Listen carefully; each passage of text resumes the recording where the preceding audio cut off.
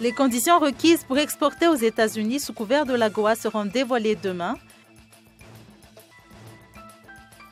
6 mois après l'investiture du président Eraton Armapian, les bailleurs de fonds exigent une feuille de route pour la bonne gouvernance au pays.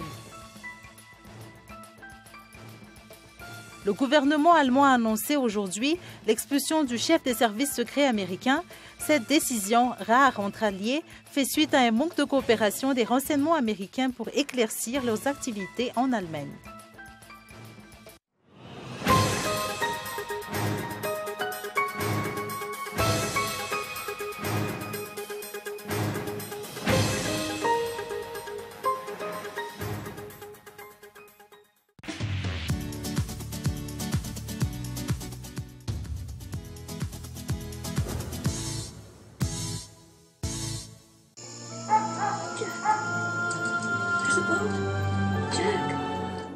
Avec Philips, entrez dans un monde de rire, de frissons, d'émotions, de sensations. Vivez le grand spectacle de la Coupe du Monde avec la série 9000 de Philips, la Smart TV à écran 65 pouces Smart, LED Ultra HD. SIDEF, une garantie de qualité.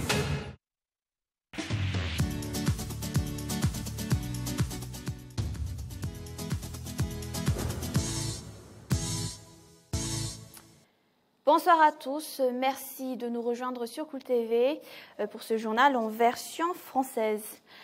À la une des actualités ce jour, le grand jour des entreprises, les conditions requises pour exporter aux États-Unis sous couvert de l'AGOA seront dévoilées demain.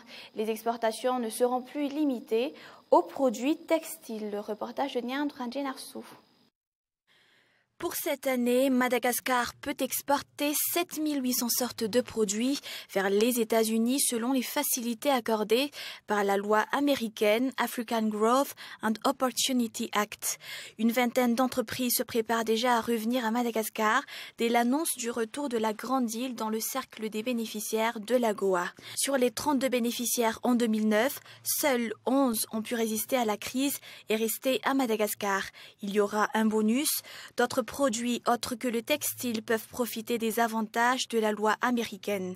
Il y aurait aussi un partage d'expérience entre les opérateurs économiques de l'Oncle Sam et de la Grande Île. D'après Jules-Étienne Roland, ministre de l'Industrie, du Développement du secteur privé et des PME, ce ne sont pas seulement les produits textiles qui seront exportés, mais tant d'autres produits de Madagascar. Les opérateurs économiques privés, les membres du gouvernement, les représentants des États-Unis et les spécialistes de l'East Africa Trade Hub qui apporteront des supports techniques aux entreprises africaines dans le cadre de la concurrence dans le marché de l'AGOA participeront à l'atelier prévu. Otala Nicole, responsable de la politique économique auprès de l'ambassade américaine, affirme qu'ils sont tellement pour ce séminaire prévu demain afin d'expliquer au secteur privé les critères qu'ils doivent remplir afin de bénéficier de l'AGOA. Mais les facilités offertes par l'AGOA sont prévues s'interrompre cette année 2014. Une campagne de lobbying est néanmoins prévue lors de l'Assemblée générale de l'AGOA qui se tiendra à Washington. Le président Eraton Armapian y sera présent si jamais l'interruption est définitive. Le ministre Roland Jules-Étienne espère une mesure de compensation. Madagascar a perdu 145 millions de dollars lors de sa suspension. Avant la crise 2009, 12 milliards d'ariars de recettes d'exportation vers les États-Unis sont enregistrés tous les 6 mois. 6 mois après l'investiture du président Eraton Armapian, les bailleurs de fonds exigent une feuille de route pour plus de respect des principes de la bonne gouvernance. Les investisseurs ne sont pas satisfaits en ce qui concerne Madagascar. 2 rencontres ont été parallèlement organisées sur le sujet. D'un côté, les représentants de la Banque mondiale ont rencontré des membres du gouvernement à l'espace d'air de Tiadan et de l'autre, le PNUD qui s'est entretenu avec les parlementaires au Galaxy Andjahar. Reportage. Les ruptures dans la continuité de l'État handicapent l'instauration de la bonne gouvernance. Un avis est partagé par tous les participants à la rencontre entre les représentants de la Banque mondiale et ceux de chaque ministère. Le remplacement systématique des chefs des services et départements étatiques, une pratique commune des régimes qui se sont succédés, est significative d'une grave défaillance. Nombre des techniciens qui maîtrisent leur travail ont été limogés. Cela provoque une succession de ruptures qui nuit à la continuité et empêche les efforts d'amélioration de continuer. Les bailleurs de fonds préconisent une feuille de route pour la gouvernance. Serge Rader, directeur général du PGDI, explique que la rencontre d'aujourd'hui a comme principal motif de dresser une feuille de route pour la réalisation du programme sur la bonne gouvernance. Il est notamment question de déterminer le délai de l'élaboration des documents stratégiques. Le PNUD, représentant du système des Nations Unies, a beaucoup insisté sur l'équilibre des genres, la représentativité de la gente féminine dans tous les secteurs. Il suggère ainsi qu'une partie du budget soit réservée pour la question de l'équilibre du genre. Le budget de l'État doit tenir compte, dans cette perspective, des besoins et des opportunités qu'on offre également et dans l'équité, aussi bien aux jeunes garçons qu'aux jeunes filles. L'équilibre du genre au niveau des institutions politiques, l'indépendance du pouvoir législatif face à l'exécutif, tous ces domaines sont loin de la moyenne. Le népotisme et le manque de transparence paralysent encore les services au niveau de la fonction publique. 140 élèves officiers et 24 élèves officiers médecins seront recrutés cette année. La décision a été prise lors du conseil de gouvernement tenu le 27 mai dernier. Ce nombre serait significatif d'une nouvelle politique de défense. Nadjiana Johnson. Les forces armées malgaches ont demandé depuis longtemps une loi de programmation militaire qui définit les priorités, leurs attributions et leur travail. Cela inclut les questions de recrutement et de budget de réalisation. Selon le ministre, les forces armées malgaches priorisent la protection et en particulier la protection et la surveillance des côtes de Madagascar et de son espace aérien. Les voyages fréquents des hauts responsables de la défense à l'étranger relèvent de la recherche de partenariats avec des pays comme Israël. À part les matériels évoqués par le président Razon Armapian, la formation militaire figure aussi parmi les priorités. La 38e édition de la rentrée à l'Académie militaire a été ouverte le 11 juin dernier et ne sera clôturée que le 11 septembre prochain. Les examens se tiendront le 22 septembre.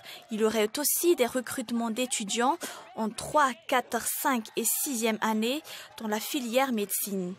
Les dossiers sont recevables jusqu'au 1er octobre prochain. Le ministère de la fonction publique et le Bianco affirment que le principe de méritocratie sera scrupuleusement appliqué. Il n'y aurait pas de quota, ajoute-t-il, car 3 pays ont déjà envoyé leurs demandes, comme le Niger, les Comores et le Togo. 4 militaires malgaches défileront à Paris le 14 juillet, fête nationale française, symbole d'un nouveau départ de l'institution militaire malgache. Également dans l'actualité, à 100 km d'Antananarivo, la région d'Ampefé a été l'épicentre d'un séisme d'une magnitude de 3,66 de l'échelle Richter est située à 2 km de profondeur. Les secousses ont commencé vers 19h30 et ont duré 420 secondes. Madagascar ne dispose pas pourtant de matériel de détection de menaces sismiques. Par contre, le BNGRC, ou Bureau national de gestion des risques et catastrophes, précise qu'il dispose du nécessaire pour les secours d'urgence. Reportage. C'est la 2e fois cette année que les habitants d'Antananarivo ont senti la terre trembler, une magnitude de 3,66 de l'échelle Richter contre 5 au mois de mai dernier. Madagascar connaît 4 séismes par jour, mais ils passent inaperçus. Les spécialistes classent la région ITAS comme le centre de ces mouvements sismiques. Le chercheur de l'Institut et Observatoire géophysique d'Antananarivo a souligné que les mouvements sismiques s'intensifient souvent vers la fin de l'année. On ne peut prévoir un tremblement de terre. À part la région de l'Itas, Alauch, Ambalavao et d'autres régions du sud et du nord de l'île, sont aussi souvent le théâtre de tremblements de terre. Les responsables du BNGRC affirment que leur organisme dispose déjà d'une stratégie pour faire face à toutes les éventualités dangereuses pour les populations victimes d'une catastrophe naturelle. Il est important de connaître toutes les catastrophes naturelles susceptibles de menacer le pays. Il est aussi primordial d'identifier les zones sensibles, note le responsable du BNGRC. Selon les explications, le tremblement de terre ne ressemble ni au cyclone et ni à l'inondation. On ne peut prévoir un séisme ni sa force, mais on sait comment s'en protéger. Les architectes ont déjà mis au point des maisons ou des infrastructures conçues pour résister aux tremblements de terre. Les diplômes supérieurs français, dont les diplômes d'État, intéressent les étudiants malagasy. 60% des bacheliers malagasy concourent aux filières garantissant leur obtention. La semaine du CNAM, ou Conservatoire national des arts et métiers, a débuté hier au lycée français d'Imbabwe. Nadiane Rajanson. Le CNAM peut aider à obtenir des diplômes supérieurs valables aussi bien à Madagascar qu'en France ou ailleurs. Ils ouvrent plusieurs portes, notamment vers des filières ou des secteurs d'activité qui n'existent pas encore à Madagascar. Par ailleurs, leurs titulaires peuvent bénéficier d'une formation spécialisée. Le CNAM, ou Conservatoire national des arts et métiers, c'est une université française et donc elle délivre des diplômes d'État français. C'est-à-dire que même si on a un CNAM implanté ici à Madagascar, ce ne sera pas un diplôme malgache, mais un diplôme français. Le CNAM offre et propose des formations spécialisantes pour les élèves et ce sont les spécialisations que les élèves vont apporter au niveau des entreprises quand ils seront dans le domaine du professionnel. Certains diplômes et examens ne nécessitent plus un déplacement vers la France.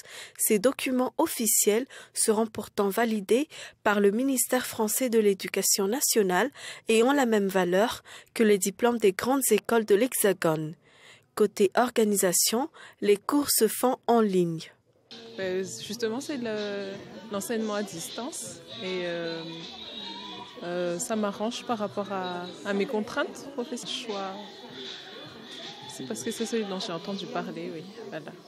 Tous les titulaires du baccalauréat peuvent suivre les formations en vue d'obtenir les diplômes français. Les frais de scolarité seraient sans aucun doute plus onéreux que ceux des cours dispensés à l'université d'Antananarivo, mais les opportunités justifieraient les efforts financiers nécessaires, encourage le CNAM. Et puis poursuivons ce journal avec les actualités internationales. Depuis le début de l'opération Bordure de protection, l'armée israélienne a mené plus de 750 raids dans la bande de Gaza. Ces opérations menées en réponse à la poursuite des tirs de roquettes sur Israël ont fait au moins 70 morts à Gaza. L'armée israélienne dit avoir visé plus de 300 cibles du Hamas. Et pourtant, les slaves de roquettes sur les villes israéliennes ne cessent pas. Les habitants vivent dans une perpétuelle angoisse. Reportage de France 24. À Tel Aviv, les sirènes retentissent. Une roquette vient d'être tirée de la bande de Gaza. Les habitants courent pour se mettre à l'abri. Selon l'armée, les combattants du Hamas en ont tiré 8 dans la nuit de mercredi à jeudi. Et même si certaines ont été interceptées par le bouclier antimissile, la situation reste très angoissante pour la population. On a entendu des explosions de loin, on a eu très peur. Et soudain, on a vu un missile atterrir ici. À cet instant, j'étais terrorisée. J'ai cru que j'allais m'évanouir. Malgré cette escalade de violence, certains croient encore que le dialogue est possible avec les Palestiniens. Que ce soit de leur côté ou de notre côté, on n'est pas obligé d'être amis ou même de se parler. Mais on n'est pas obligé non plus de se battre. La paix est possible. Dans le sud, en revanche, la région la plus touchée par les tirs, certains s'impatientent. Pour eux, l'offensive aérienne d'Israël sur Gaza n'est pas une réponse suffisante. Nous devons entrer dans Gaza avec toutes nos forces, terrestres, navales et aériennes. Nous devons faire tout ce qui est nécessaire pour éliminer le Hamas, le djihad islamique et le Fatah. Le Premier ministre israélien a promis une réponse d'envergure dans les prochains jours. Il demande aussi aux Israéliens de faire preuve de patience, car l'opération pourrait prendre du temps. Et voilà pour clore ce journal. La nouvelle affaire d'espionnage risque de dégrader un peu plus les relations entre l'Allemagne et les États-Unis après le piratage du portable d'Angela Merkel par la NSA qui avait mis en émoi tout le pays. L'histoire concerne cette fois-ci le chef des services secrets américains pour l'Allemagne qui a été sommé de quitter le pays aujourd'hui par le gouvernement allemand. Reportage. Au ministère allemand de la Défense, les enquêteurs ont mené des perquisitions au bureau d'un employé soupçonné d'espionnage au profit de l'étranger, des États-Unis selon certains médias. C'est la deuxième affaire de ce type qui touche l'Allemagne en moins d'une semaine. Je peux confirmer qu'une enquête est ouverte sous la direction du procureur fédéral et qui concerne le ministère de la Défense. Je ne peux pas vous donner plus de détails, mais je peux vous dire que nous prenons cette affaire très au sérieux. Vendredi, c'était un agent des services de renseignement allemands qui était incarcéré, soupçonné de travailler pour la CIA. Les États-Unis ont démenti. L'Allemagne, elle, est à nouveau déçue par son allié américain. Nous pensons qu'il est nécessaire d'insister sur le fait que ces activités d'espionnage sont très fortement dommageables du point de vue diplomatique. Ces affaires d'espionnage endommagent encore un peu plus les relations entre Washington et Berlin. Elles se sont déjà fortement dégradées après les révélations d'Edward Snowden l'an dernier. L'ancien agent du renseignement américain avait mis au jour un espionnage à grande échelle visant l'Allemagne jusqu'au téléphone portable de la chancelière Angela Merkel. Les nouveaux soupçons d'espionnage suscitent la colère de Berlin, qui envisage des représailles contre Washington. Les États-Unis, eux, n'ont fait part que de leur volonté de résoudre la situation de manière appropriée. Et puis, ne nous quittez surtout pas. Tout de suite après ce journal, suivez Mekamag, un magazine sport. Et ne ratez pas, bien évidemment, tous les soirs, la Team Mondiale 2014. Voilà, c'est la fin de cette édition. Merci de votre attention. On se retrouve demain à la même heure. Au revoir et bonne soirée sur Cool TV.